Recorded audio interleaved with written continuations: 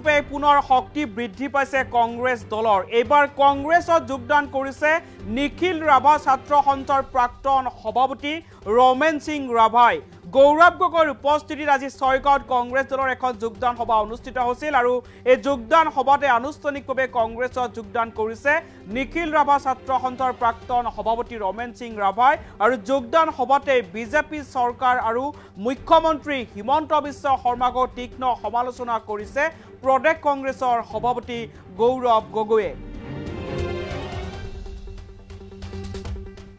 ২৬ নিৰ্বাচনৰ প্ৰাকখনত এইবাৰ কংগ্ৰেছৰ ৰণদংকা কংগ্ৰেছত যোগদান নিখিল ৰাভা ছাত্ৰ সন্থাৰ প্ৰাক্তন সভাপতি ৰমেন সিং ৰাভাৰ আনুষ্ঠানিকভাৱে কংগ্ৰেছত যোগদান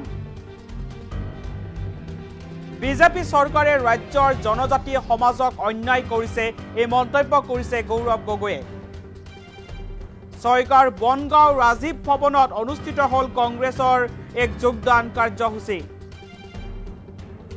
যোগদান সভাত বিজেপি চৰকাৰ আৰু মুখ্যমন্ত্ৰীক সমালোচনা গৌৰৱ গগৈৰ সভাপতি গৌৰৱ গগৈৰ উপস্থিতিত কংগ্ৰেছৰ এখন বিশেষ সভা অনুষ্ঠিত হৈছে এই সভাতেই যোগদান কাৰ্যসূচী অনুষ্ঠিত হৈছে ৰাজ্যৰ জনগোষ্ঠীয় নেতা কৰ্মীৰ সৈতে মত বিনিময় সভা অনুষ্ঠিত হৈছে কংগ্ৰেছৰ উপস্থিত থাকে বিধায়ক ৰেকিবুদ্দিন আহমেদ আৰু বিধায়িকা নন্দিতা দাস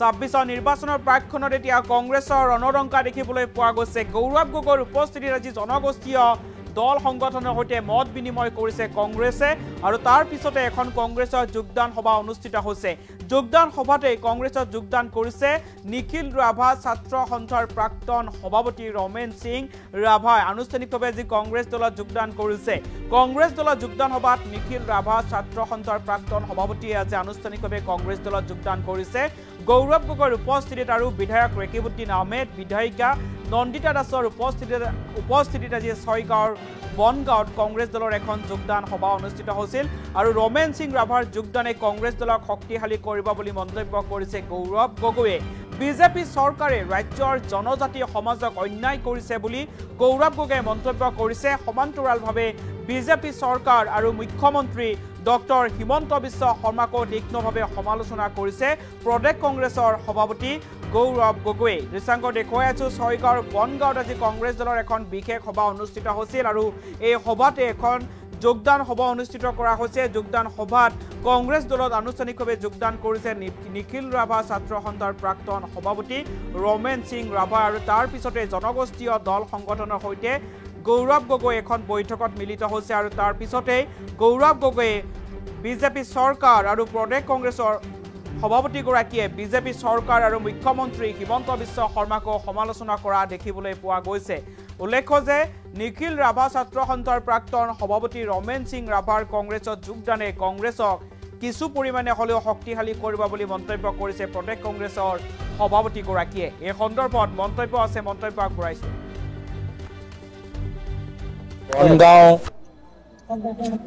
ৰাজীৱ ভৱন কাৰ্যালয়ত প্ৰদেশ কংগ্ৰেছৰ উদ্যোগত স্থানীয় আমাৰ বিভিন্ন জনগোষ্ঠী জনজাতিৰ নেতা কৰ্মীসকলৰ লগত এটা মত বিনিময় অনুষ্ঠান আয়োজন কৰা গৈছে য'ত কামৰূপ গ্ৰাম্য গোৱালপাৰা জিলা ৰাণী অঞ্চল ডিমৰীয়াৰ পৰাও আমাৰ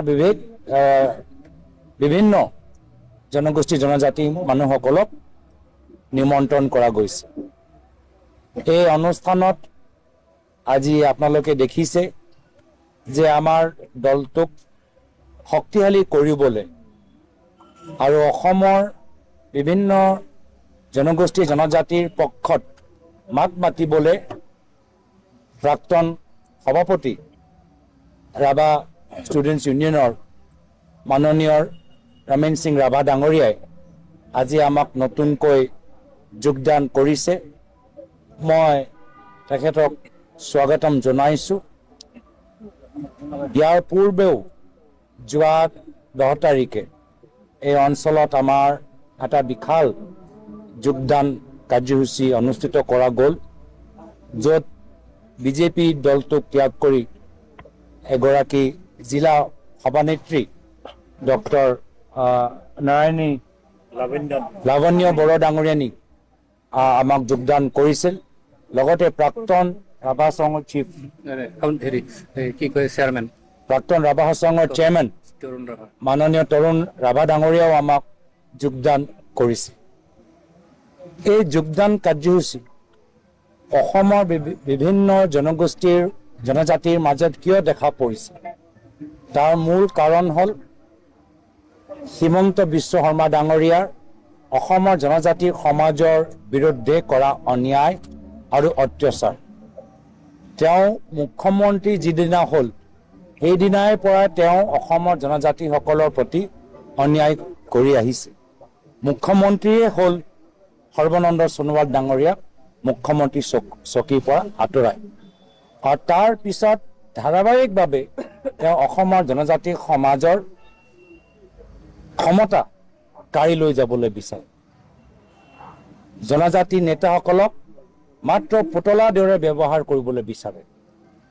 কেতিয়াবা হাগ্ৰামা মহিলাই ডাঙৰীয়াই হওক, কেতিয়াবা প্ৰমোদ বড়ো ডাঙৰীয়াই হওক, পুতলাৰ দৰে কেতিয়াবা ৰামাকান্ত দেউৰী ডাঙৰীয়াকো ব্যৱহাৰ কৰে, পুতলাৰ দৰে তুলিৰাম ৰঙাং ডাঙৰীয়াক ব্যৱহাৰ কৰে, পুতলাৰ দৰে দেৱলাল গাৰ্লোচা ডাঙৰীয়াক ব্যৱহাৰ কৰে। উদ্দেশ্য মাত্ৰ এটাহে যে যি ক্ষমতা অসমৰ বিভিন্ন জনজাতি সমাজে কংগ্ৰেছৰ দিনত পাইছিল বিভিন্ন কাউন্সিলৰ যোগেদি, 6 স্কেডিউল যোগেদি, ফৰেষ্ট ৰাইটছ এক্ট যোগেদি, সেই ক্ষমতাটো মুখ্যমন্ত্ৰী হিমন্ত বিশ্ব শৰ্মা ডাঙৰীয়া নিজৰ জেবৰ ভিতৰত নিজৰ পকেটৰ ভিতৰত ৰাখিবলৈ বিচাৰে। আৰু সেই ক্ষমতা নিজৰ পকেটত বঢ়াই কি কৰিবলৈ বিচাৰে? জনজাতিসকলৰ উন্নয়ন নহয়, জনজাতিসকলৰ মাটি ভূমি কেনেদৰে হাইজেক কৰিব পাৰে, হাইজেক কৰি আদানীক কেনেকৈ বিক্ৰী কৰিব পাৰে, সেয়া হ'ল তেওঁলোকৰ উদ্দেশ্য।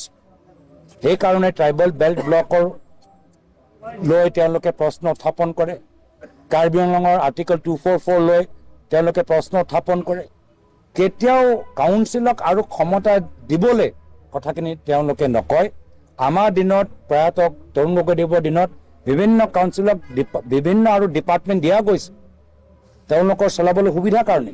কিন্তু মুখ্যমন্ত্ৰীয়ে আজি জনজাতি বিৰোধী কামবোৰ কৰি আছে, অটনমি পক্ষত নহয়, ক্ষমতা বিকেন্দ্ৰীকৰণৰ পক্ষত নহয়, যাৰ ফলত আজি অসমৰ চুকে কোণে বিভিন্ন কাৰ্বি, বড়ো, ৰাভা, মিচিং, গাৰো সব আজি ইয়াত আমাক যোগদান কৰিছে। সেইদিনা যোৱা 10 তাৰিখে জি চাংমা আমাৰ গাৰো অঞ্চলৰ এজন শক্তিশালী সমাজ হ'ব, তেওঁ আমাক যোগদান কৰিছে। তো সেইটোৱে প্ৰমাণ কৰিছে যে হিমন্ত বিশ্ব শৰ্মা ডাঙৰীয়া চেহেৰা চাই অসমৰ জনজাতি সমাজৰ প্ৰতিনিধিসকল বিজেপিৰ পৰা আঁতৰি কংগ্ৰেছৰ ফালে আকৃষ্ট হৈছে। ৰাজনীতিৰ কথাখন ইমান সহজ নহয়। মই অতি চিধা আৰু নিজৰ বিবেকৰে চলা মানুহ, মই আৱেগত নচলোঁ, বিবেকেৰে চিন্তা চৰ্চা কৰি পেলাই আগবাঢ়োঁ। যিটো বেয়া বুলি ভাবোঁ সেইটোক মানে সাধাৰণতে আপোচ নকৰোঁ। ৰাজনীতিত আহি পেলাই কি কৰিব লাগিব নালাগিব ইয়াত নতুনকৈ শিকিব লাগিব। সাংগঠনিক জীৱন, জাতীয় জীৱন, তাৰ সংস্কৃতি বেলেগ আছিল, তাৰ চিন্তা চৰ্চা বেলেগ আছিল। তাত কিমান সফল আছিলোঁ নাছিলোঁ নাজানো, ৰাইজে ক'ব এইটো সফল আছিলোঁ নাছিলোঁ। কিন্তু ৰাভা ছাত্ৰ সন্থাৰ সম্পাদকৰ দায়িত্ব লৈ পেলাই এটা ফোন লৈছিলোঁ, কাউন্সিল নিৰ্বাচনটো অনুষ্ঠিত কৰাম, আৰু সেইটো সফল হৈছিলোঁ। মই ব্যক্তিগত সফল মোৰ ভাৱটোহে কৈছিলোঁ, বাকী ৰাইজে বিচাৰ কৰিব।